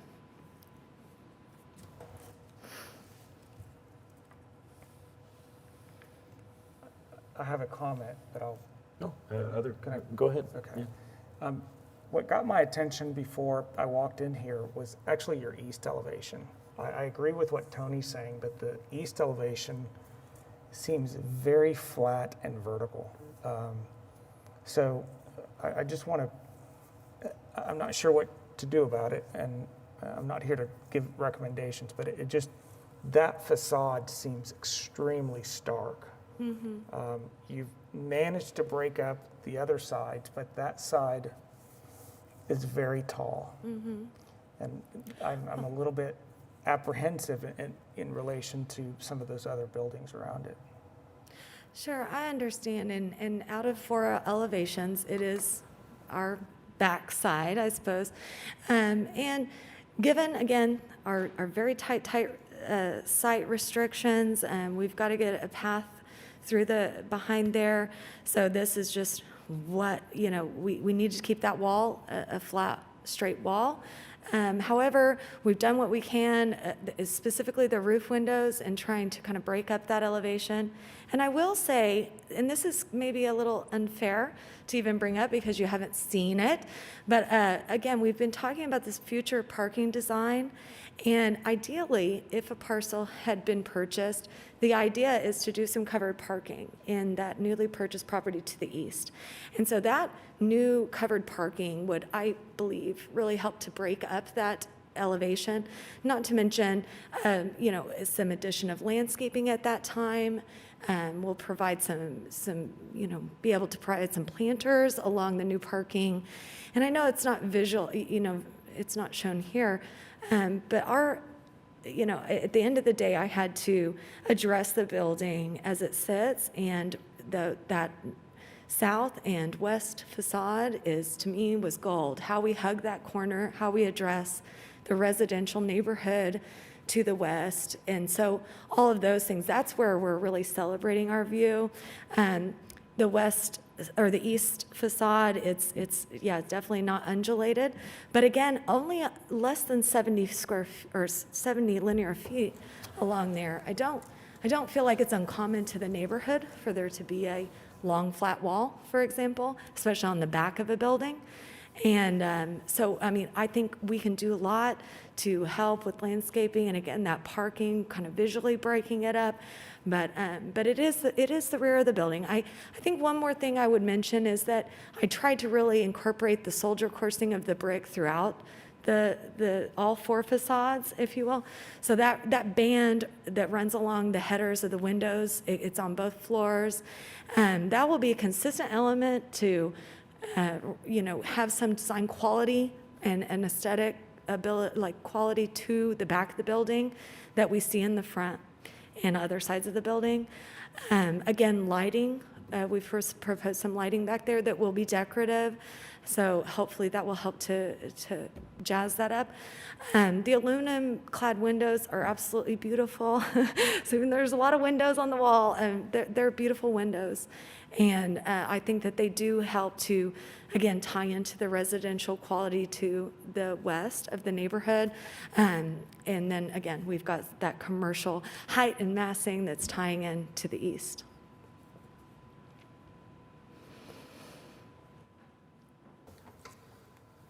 Any other questions for the applicant? Can I, the owner would like to speak? Yeah, This is sure. Chad Corey. Yeah, go ahead and give us your name and address, sign in, Yeah, please. Chad Curry, and my address is 3712 Northwestern, so just down the street, Oklahoma City, Oklahoma 73118. So, a couple things I wanted to let you guys know before we move forward to the other stuff, just to kind of have a idea of how this project came about. So I grew up on 36th and Penn. I still live on 36th and Western. I went to Oklahoma City University. I went there concurrently for 2 years in high school, did my bachelor's there. I absolutely love this neighborhood. Another important thing to note is I'll be living in one of these townhomes. I will not be selling the rest of them. I will not be selling the duplex. This will all be owned. And that was one of the biggest design elements for us, is design a place that I would want to live, but other young professionals would also want to live. So this isn't designed to be student housing necessarily. It could be very easily. But that's why, we have everything having a walk-in closet. There's 2.5 baths. That's why we incorporated fireplaces into all the units. There are a lot of additional design elements that are going to cost a lot of money that probably don't make the most sense on an efficiency standpoint, but because I care about this neighborhood and I want to have some pride of ownership, we incorporated them. It's also why, and so in respect to the porches and things like that, we wanted to translate the duplex over with having porches, because I feel like that outdoor space is very important, and it's something that's traditional to the neighborhood, but you don't see it in a lot of modern construction. So we want to have porches, and the duplex actually has a screened-in porch on the top, which is where those balconies kind of came from, is to carry that over. That's why we went with this brick color, is because it mimics the duplex. And having gone to OCU, I can tell you with the height, when you have Minder School of Business and the music school, and then you have the Presbyterian Church right there. My friend owns the Camps LaBrasa thing, which is very tall, and then you've got Trinity Baptist. It may, as staff said, it does seem big when you just look at the two side by side, but in the neighborhood where you have very tall buildings, then you have some medium height fourplexes and such, and then the duplex, it really does give you that neighborhood business vibe and feel very eclectic. It doesn't feel out of place, and we wanted to make sure that it didn't feel ominous or imposing. Again, why we kind of chose the lighter brick color. We didn't want to create anything that was foreboding. In regards to the east elevation, that was always kind of a consideration of ours. We have made contact, so the parking to the east is all parking lot, and it's shared with Trinity, and then they own the little class and coffee shop there. So it's all already parking. We've mentioned and been trying to work out whether it's a cross-access agreement or a purchase or something with them of about 10 to 15 spaces along that eastern thing that we could take as part of ours. And I'd like to make those covered parking, because for me as an owner, not selling these, I need to have parking for my residents and people that are going to be my neighbors and for myself. I don't want to do a development just because it doesn't, we don't have to have it, doesn't mean it's not a top priority for me, especially if I'm going to be parking there. So that was one of the other things and I know staff had seen it before, we had a circle drive that went through there that had parking along that east elevation, but that will be fenced on the backside with a nice roof. It'll break up that backside pretty well. And so we've really tried to kind of incorporate a lot of the design elements in the neighborhood, keep that eclectic kind of feel that makes it unique and novel, while still bringing in a very modern structure. But we wanted to make sure that instead of because a lot of people, the duplex, I've gotten 4 tickets on it, and I've had it since July, and we've been in planning. I've had lots of people trying to stay there when it gets cold. It's been but it's in complete disrepair. It needs plumbing, floors, electrical, HVAC. I mean, there's nothing in it. All that exists pretty much is the brick structure and the roof. Everything else on there is complete crap.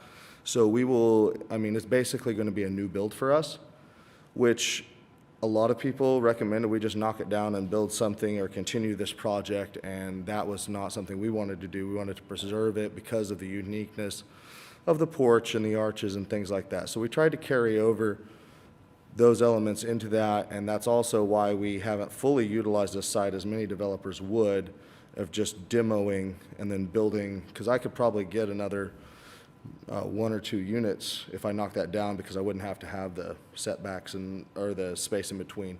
But that wasn't something that was really on the table for us. We felt it was important to preserve that part of the site. So, and I know that that's one of the things Holly and I agree on, is we love to do modern things, but we want to do them in a tasteful way that makes sense with the DNA of the neighborhood. So that's really what we tried to do here. I appreciate your consideration and everything. I don't know if you all have any further questions, but I'll let Holly take those, I guess. Yeah. Any other questions for the applicant?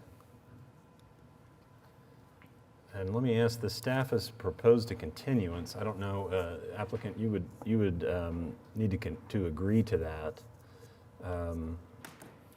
You or your architect, do you have a position on the continuance?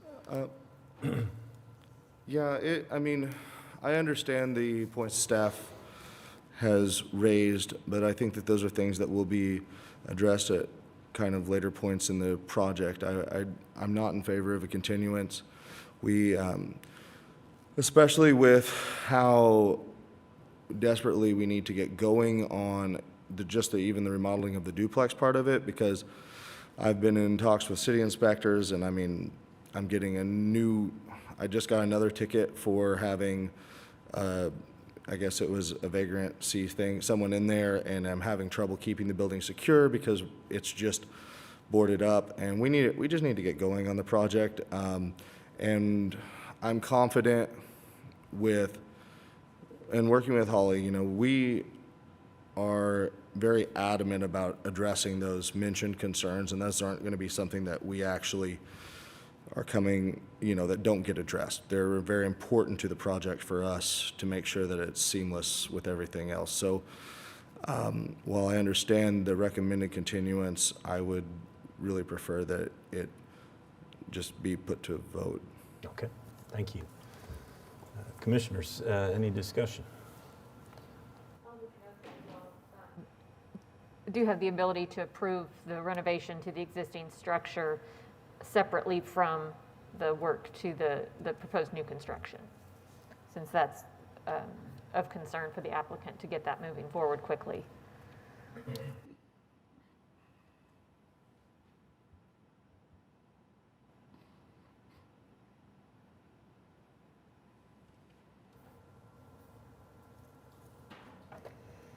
So with that in mind, this is to the applicant again, y'all have mentioned several different times the size of the lot being, a constraining factor here.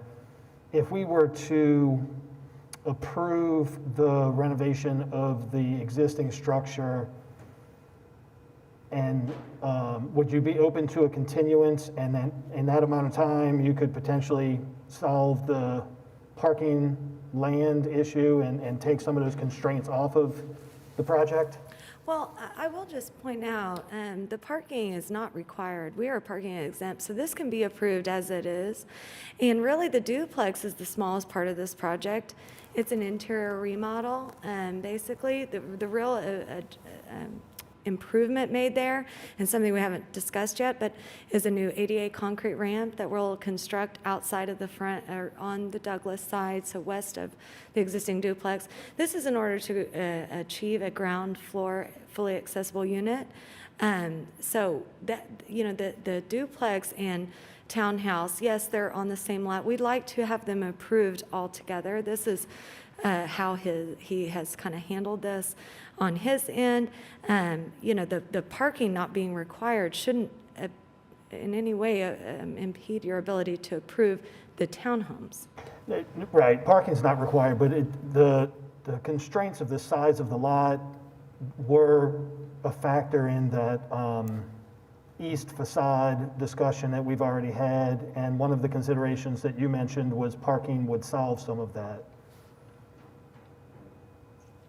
I didn't hear that just last part. I'm so sorry. You had mentioned in that discussion about the east facade that if or when parking is added, it would solve some of that stark appearance of that back part of the building. Well, I think we merely brought that up to suggest that, you know, it may be the opinion that it's a very stark wall, but, you know, it's not an ugly wall by any means. And we have openings, we have the fenestration that is seen throughout the building. So just by the constraints of the site, we haven't done undulations, but it's otherwise beautiful, just like the rest of the building. It is just the most, probably like least important elevation, being the rear of the building.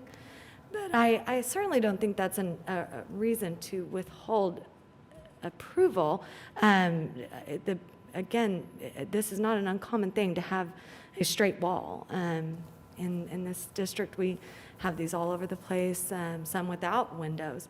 You know, so to me, it's not an ugly wall. It just happens to be flat where the other three are undulated. So I've got a staff question. So I think, did I interrupt you? What? Did I interrupt you? No. All right. So the south facade, the west facade, I think that those are attractive in scale and in function. The east facade is less articulated. There is a big concern about these porches that extend over the property lines and how that is going to go. So in the event that our motion was made, that it would be contingent upon that being resolved. If that went for rejection, then the west wall would become stark flat as well with the current design, and then it would ultimately come back to us. Yeah, Holly's right. There is a provision in the code that allows porches to encroach into the build line, but that really is talking about when you have a 25-foot setback and you can encroach 4 feet over that. It's not really talking about the public right-of-way. So they do need to get a revocable permit because they are encroaching into the right-of-way. However, to address your question, yeah, if they had to resize the building to get that element out of the right-of-way, it would come back to the commission. So in other words, if you approved it and our revocable didn't get approved, we'd have to come back with a new design. And some of this goes to my original point. I mean, to me, it feels like there's just a little bit too much trying to be squeezed into the size of the property. If you had a little bit more time to finish out the acquisition or whatever it's going to be of a little bit additional property, then a lot of these issues, a lot of these sticking points go away, and the project feels more right-sized to the property that you have. But again, even in the event of a future purchase of property, we would not exchange the building whatsoever. It would stay the way it is. I think these are permitted encroachments, and I believe we'll find that out with a revocable permit that encroaching it's less than 2 feet would be permitted. And in the event that it wouldn't, of course, we would have to revise the design and come back. But again, to wait an entire month on we're not required to provide parking. The whole idea, and speaking of acquiring more property, is merely to provide parking. It wouldn't change the design of the building in any way or the layout of the property. So if you had more property, could the building be pushed back the 2 feet to avoid the encroachment? more than likely, instead of doing that, we would just reduce the size of the building, which is not ideal.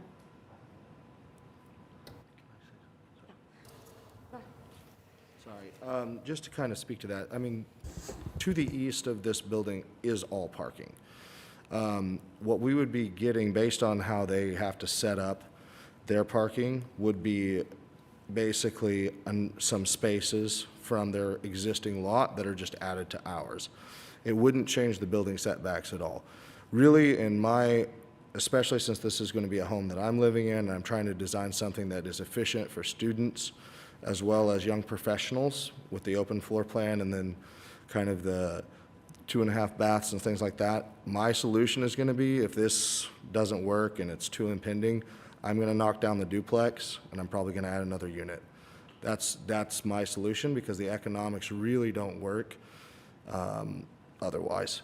Just based on what we'll have to get with rents versus what it costs to build nowadays in construction and stuff like that. I mean, that's really just kind of where we're at, is if we need more lot space, I'm not going to be able to get it, because the church really, they've discussed possibly, like I said, we've talked about potentially ground leasing some of it, having a cross-access agreement, because people are probably going to park there anyway.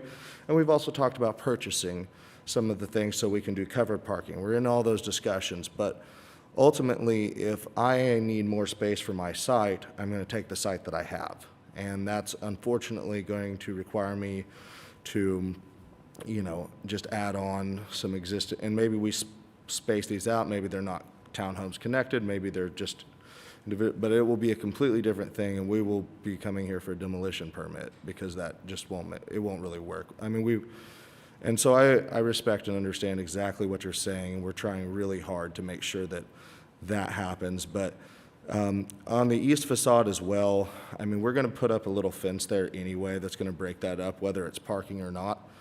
Whether we get those spaces or not, we're going to do our best to make sure that, the backside of the property is protected, and that's a beautiful fence, and we'll have to get a fence permit for that also, So the benefit that you guys have is knowing that, because I'm going to be personally living there, and I've got some young professional friends that will probably also be leasing some units, and my brother might lease one, that it's not just from an efficiency trying to get it done on the cheap perspective. This is somewhere that I want to be proud of. I want it to look nice. It's going to be top rate, and I really want to make sure that it works well in all ways. So I get what you're saying about the back part of it, but the back of Camps, La Brasa backs up to that. It's a terribly ugly building.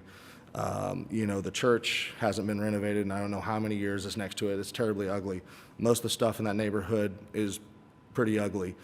So this building will look really nice, and with a nice little fence back there or parking that's covered, we'll make it look nice, because that's my goal in this whole project, is to elevate the area. And so we'll do our best, and you have my commitment on that, because it's something that is going to be my home for at least the next 5 to 10 years. And earlier when I talked about the site being restrictive, it's not that we can't work within it. It just means that I'm going to try as a designer to maximize the space that my client has to build, is all. Of course, we can make a smaller building. We can do that. But I'm pretty sure that you'll find that these little porches will be permitted encroachments through a revocable permit, and we are within compliance on literally everything else on the building. So I'm hopeful that you could find it approvable today. All right. Thank you. So I guess, we have, the applicant is not agreeable to continuance, so our options are approve, as we've discussed. I guess it's not even on the condition, just that if the revocable is not granted, then it comes back, or to deny, unless somebody has another variation here. Yeah, and I just want to make the note that I don't think it's the applicant's intention that he doesn't want to continue. I think that for the reasons they stated, I think he's in a position where it's very difficult to have a continuance. The city, in my personal opinion, We do a really good job of trying to make sure that these properties stay code compliant, and somebody somewhere in some office pays attention when a property changes hands or when there's somebody who's looking to rehabilitate a property. And I think that we go after those with a little more zeal. So I can completely understand his frustration there. So I don't necessarily think that he doesn't want to continue it. I just don't think he's in a position to be able to.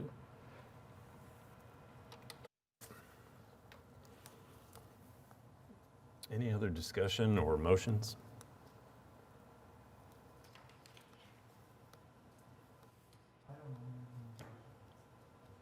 I don't mind making the motion on this, because I am in favor of the project in general.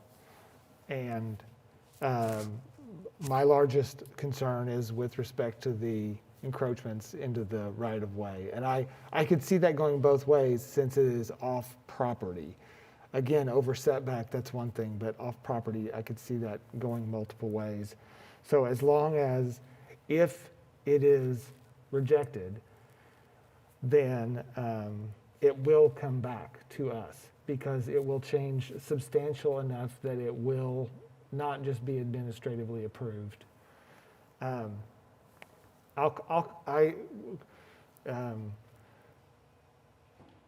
I'll make a motion that we approve the project based on the conditions that it meets the guidelines of our ordinances, with the caveat that if the encroachments of the porches over the property line is such that it does not obtain a revocable permit, that it will come back before this commission for review. We have a motion. Any questions or discussion on the motion? All right. Would anyone like to second the motion? I'm just waiting for that to come up on my screen. Yes, anybody want to second? I think you got out of order. Oh, that's okay. Yeah, you showed Commissioner Uday moving and Commissioner Blatt. Okay, all right, very good. Just waiting to, okay, cast your votes.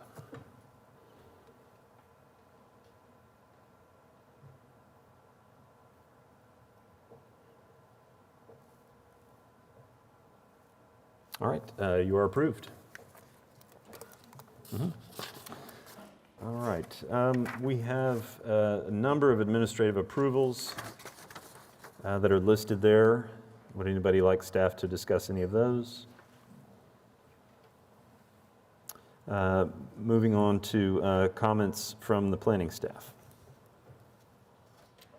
I don't think we have anything to report this month. Do you have anything for next You month? want to give them an overview of our plan for the commissioner training? Sure.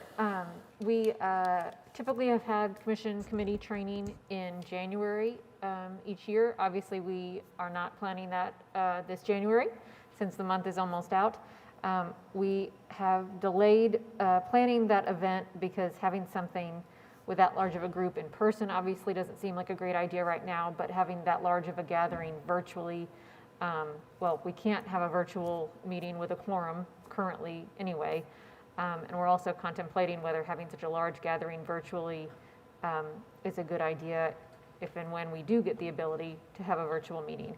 So we are delaying that, anticipate doing it sometime this spring, and are contemplating possibly reformatting the way the event works to just deal with the situation that we have now with COVID. We welcome suggestions from any of you about topics you would like to see covered in commission committee training. Formatting that you think would be effective. We have discussed if it would be a good year to try doing it by, in groups by just each commission having their own little kind of training session to talk through issues that are specific to your commission and committee. But welcome any feedback on that as we look towards ways to kind of tweak this event in response to COVID. Okay, thanks. If you have comments, I'm sure we can email those, offer them to you later. Be great, or give me a call. Yeah. Okay. Moving on, any comments from commissioners? No comments? All right, our next meeting is Wednesday, February 24th, and we are adjourned.